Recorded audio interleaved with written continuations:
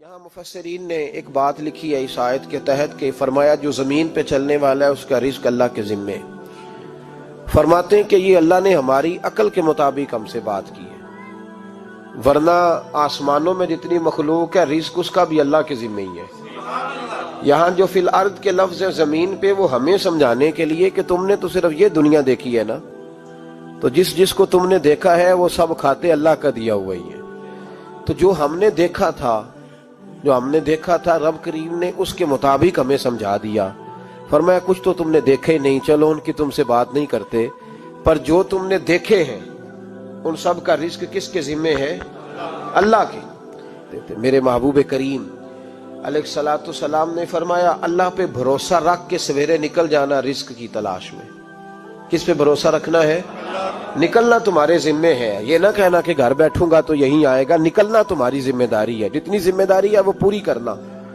اللہ پہ بھروسہ کر کے نکل جانا تمہاری ذمہ داری ہے. رب کا ذمہ ہے تمہیں رزق دینا، وہ ضرور تمہیں رزق پہنچائے گا. یا رسول اللہ صلی اللہ علیہ وسلم کس طرح پہنچے گا؟ تو ذرا حضور کے لفظوں کا حسن بھی دیکھیے. نبی پاک صلی اللہ علیہ وسلم نے فرمایا جس طرح موت تمہیں ڈھونڈ لیتی ہے نا کہ تم کہاں موجود ہو، جب وقت آتا ہے تو انسان پاکستان میں ہو تب بھی آ جاتا ہے، جدہ میں ہو تب بھی آ جاتا ہے، مکہ میں ہو یا مدینہ طیبہ میں وقت پھر بھی آ جاتا ہے. فرمایا جس طرح موت تم جہاں بھی ہو تم تک پہنچ جاتی ہے نا، اس طرح تمہارا رزق بھی تم جہاں موجود ہوتے ہو اللہ وہاں پہنچا دیتا ہے. تو یا رسول اللہ صلی اللہ علیہ وسلم کس انداز میں؟ تو فرمایا نکل جانا تمہاری ذمہ داری ہے. فرمایا سویرے پرندے بھی نکل جاتے ہیں اور شام کو جب لوٹتے ہیں تو اللہ انہیں پیٹ بھر کے روزی عطا فرماتا ہے. حالانکہ ان کو نہیں پتا ہوتا ہمارا کارخانہ کہاں ہے، ہم نے کہاں جا کے مزدوری کرنی ہے. ان کو نہیں پتا ہوتا کہ ہمارا دفتر کہاں ہے، ہم نے کس آفس میں بیٹھنا ہے. ان کو نہیں پتا ہوتا کہ ہم نے کہاں جا کے مال خریدنا ہے اور کہاں سے ہم نے پھر اس کو دوبارہ بیچنا ہے. انہیں خبر نہیں ہوتی. اللہ پہ بھروسہ کر کے نکل جاتے ہیں. نکلنا تو تیرے ذمے ہے کہ نہیں؟ فرمایا وہ تو ڈیوٹی کر، شام کو اللہ جو رب پرندوں کو روزی دیتا ہے وہ تجھے بھی عطا فرمائے گا.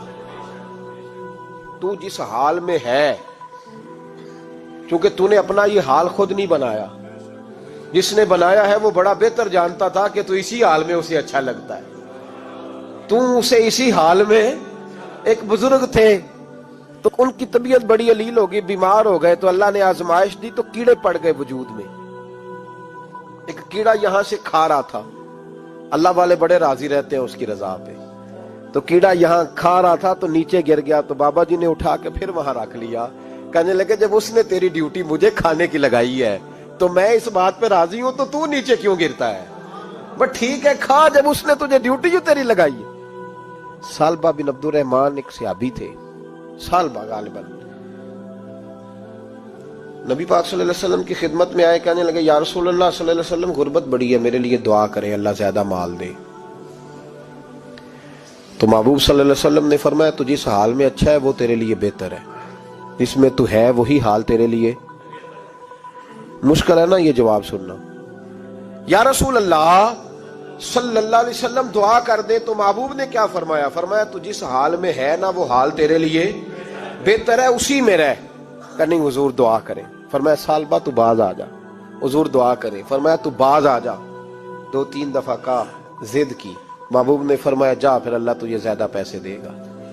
چند بکریاں خریدی، اتنی برکت ہوئی کہ بکریوں کے ریوڑ بن گئے. پھر کچھ بکریاں بیچ کے گائے خرید لی، ان کے بھی ریوڑ ہو گئے. پھر کچھ اونٹنیاں لے لی، ریوڑ ہی ریوڑ. پہلے 5 وقت مسجد میں آتے تھے، اب فجر اور عشاء رہ گئی. پھر مال زیادہ ہوا تو مدینے شہر میں کوئی جگہ ہی نہیں، مدینے سے باہر حویلی خریدی، پھر جمعہ ہی رہ گیا. جمعے کے جمعے آتے. زکوٰۃ کا حکم آیا. میرے نبی کریم علیہ السلام نے حضرت ابو ہریرہ کو بھیجا. فرمایا جا اسے کہہ تیری زکوٰۃ بنتی ہے 2.5%. تو سالبہ کے پاس حضور نے پیغام بھیجا. پہلے تو کہا تیرے لیے بہتر نہیں مال. جب اصرار کیا تو اب بڑی برکت ہو گئی، بڑا آیا تو فرمایا زکوٰۃ دے. 2.5% زکوٰۃ ہے. اب جب سوچا کہ 5 اونٹوں پہ ایک بکری جائے گی اور بڑا سارا مجھے دینا پڑے گا، اب جب غور کیا تو یہ تو نہ کہا کہ میں نہیں دیتا، حضرت ابو ہریرہ سے کہنے لگے نبی کریم علیہ السلام کی خدمت میں عرض کرنا کہ میں خود آؤں گا۔ حضرت ابو ہریرہ نے آ کے عرض کی یا رسول اللہ صلی اللہ تعالی علیہ وسلم، حضور وہ کہتے تھے میں خود آؤں گا، تو کہتے ہیں محبوب نے ٹھنڈی سانس لی، فرمایا اسے کہا تھا کہ تیرے لیے مال بہتر نہیں، اب ہلاک ہو گیا، ہائے افسوس ہلاک ہو گیا۔ ان کو بھی تھوڑی دیر کے بعد احساس ہوا کہ یہ میں نے کیا کیا، نبی پاک کوئی کہہ دیا نہیں ہے، حضور کو کہہ دیا بعد میں آؤں گا۔ اب دوڑے آئے، عرض کی حضور میں سارا کچھ لے کے آیا ہوں، قبول کر لیں۔ محبوب نے فرمایا گویا بلال حبشی کی خشک کھجور بھی قبول ہے، اور صہیب رومی ایک اٹی بان کی لائے تو وہ بھی قبول ہے، اور عمار بن یاسر اور مصعب بن عمیر اگر 2 دینار دے جائیں اور کوئی پرانا جوڑا کسی سپاہی کے لیے چھوڑ جائے تو وہ بھی قبول ہے، لیکن تو اپنا لاکھوں لے کے چلا جا، تیرا کوئی نہیں قبول، معاف کر دیں۔ فرمایا جا معاف کیا، پر پیسے لے کے نہ آنا۔ اگلے سال پھر آئے، بندے ہوئے ہاتھ ہے، محبوبہ میں دولت کا کیا کروں گا، آگ لگانی ہے، قبول کر لیں۔ فرمایا تو لے جا، تیرا نہیں قبول، گرا جو ان کی نگاہ سے وہ سنبھل نہیں سکتا۔ حضور نے وصال ظاہری کیا تو جناب صدیق اکبر کے پاس آئے، لاکھوں کا مال، ابو بکر قبول کر لو، تو جناب صدیق اکبر کہنے لگے اس کا کر لوں جس کا نبی نے نہیں کیا، چل جا کوئی نہیں چاہیے۔ حضرت عمر کے زمانے میں قحط پڑ گیا، بارشیں نہیں ہوتی، غلہ نہیں ملتا، حالات خراب ہے، مالی طور پہ بحران آ گیا، غربتیں، مجبوریاں، تکلیفیں، آ کے روئے عمر میرا قبول کر لو، مجھے معافی تو مل گئی تھی نا۔ فرمایا معافی اپنی جگہ پہ، پر جس کا مصطفیٰ نے قبول نہیں کیا۔ بہت سارے لوگوں کو پتہ ہی نہیں کہ ان کا قبول ہی نہیں ہوا، اور وہ الجھے ہوئے، انہیں خبر ہی نہیں کہ اصل بات کیا ہے۔ فرمایا جس کا مصطفیٰ کریم نے قبول نہیں کیا، اب ہیرے اور جواہرات بھی لے کے آئے تو بھوکے مریں گے، پر اس کا قبول، اس بات پہ راضی رہو اس حال میں اللہ نے رکھا ہوا ہے، اس حال میں راضی رہو۔ یہ جو مصیبت ہے نا دیکھنی کہ وہ بھی میرے پاس، تمہیں کیا پتا، کبھی پوچھ تو صحیح اس سے وہ کس مصیبت کا شکار ہے، جو مالی طور پہ بڑا امیر ہے، تو اس کی طرف دیکھ کے اپنا دل برا کرتا ہے۔ بس جس حال میں رب نے رکھا ہے اس حال میں رہ۔ حضرت عثمان غنی کے زمانے میں تو وہ وصال کر گئے، لیکن بھائی تو جس حال میں تیرا رب تجھے رکھتا ہے اس حال میں رہ، تیری مالی پریشانیاں ختم ہو جائیں گی۔ امام شافعی فرماتے ہیں جن گھروں میں لوگ فجر کی نماز کے وقت سوئے ہوتے ہیں ان گھروں میں رزق نہیں آتا۔ آپ فرماتے ہیں فجر کا وقت اللہ کے دینے کا وقت ہے، اس وقت اللہ بانٹتا ہے۔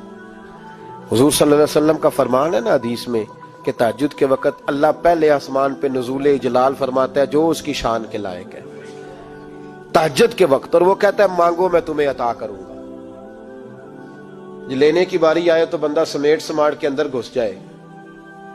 ہمارے ہاں یہ ہوتا ہے کہ عشاء کے بعد بچے بیٹھتے ہیں موبائل لے کے، تہجد کا وقت آتا ہے تو ان کی آنکھیں بند ہونی شروع ہوتی ہیں، تو لینے کے وقت تو سویا تھا، تیرا مسئلہ کیسے حل ہوگا؟ بھائی جب کوئی آدمی خیرات بانٹ رہا ہو تو جو پیالہ پیچھے کر لے اسے ملے گا؟ کہتے اس وقت آنا جب میں بانٹ رہا تھا، اب تو کدھر آ گیا ہے؟ مثال دے رہا ہوں۔ تو فجر کا وقت مانگنے کا ہے، تو ساری رات تو گزر گئی گیمیں کھیلتے، ٹی وی دیکھتے، اور جو لینے کا وقت تھا تو سو گیا، تو کیسے آئے گا تیرے پاس؟ تو اٹھے سویرے، بندوں سے مانگ کے دیکھ لیا، بڑی عزتیں خراب ہوئی، فجر کا وقت اٹھ کے جھولی پھیلائے۔ میرے رسول پاک علیہ السلام فرماتے ہیں، رب فرماتے ہیں جب بندے میرے آگے جھولی پھیلاتے ہیں مجھے شرم آتی ہے، کیسے خالی واپس کر دوں؟ تو اس کے سامنے جھولی پھیلائیں سویرے اٹھ کے، رزق میں برکت ہوگی۔ اور پھر ایک اور بات، 5ویں بات، رزق میں تنگی اس وقت ہوتی ہے جب ہم مال غلط جگہ پہ خرچ کرتے ہیں۔ اللہ مال دیتا ہے اپنے فضل سے، اور جب ہم اسے ضائع کریں، مثال دیتا ہوں، میرے پاس ایک شخص نے آ کے کہا حضرت جی بچی کی شادی ہے، یا میرا گھر میں کوئی بیمار ہے، یا بڑی آزمائش ہے، 10,000 کی ضرورت ہے، میں نے تھما دیا اس کو، پھر مجھے بعد میں پتا چلا کہ وہ تو عیاشی کر رہا ہے پیسوں سے، وہ تو چلا گیا کہیں گھومنے اور فلاں ہوٹل میں، مہنگے ہوٹل میں بیٹھ کے کھانا کھا لیا، تو میرے دل پہ کیا گزرے گی اس شخص کے بارے میں؟ بلا مثال و بلا تشبیہ سمجھانے کے لیے اللہ نے مال دیا فضل سے، اور اگر عیاشیوں میں لگا دیا۔ صوفیاء فرماتے ہیں کہ اگر ایک دھیلا تو حرام جگہ پہ خرچ کرے نا، ایک دھیلا،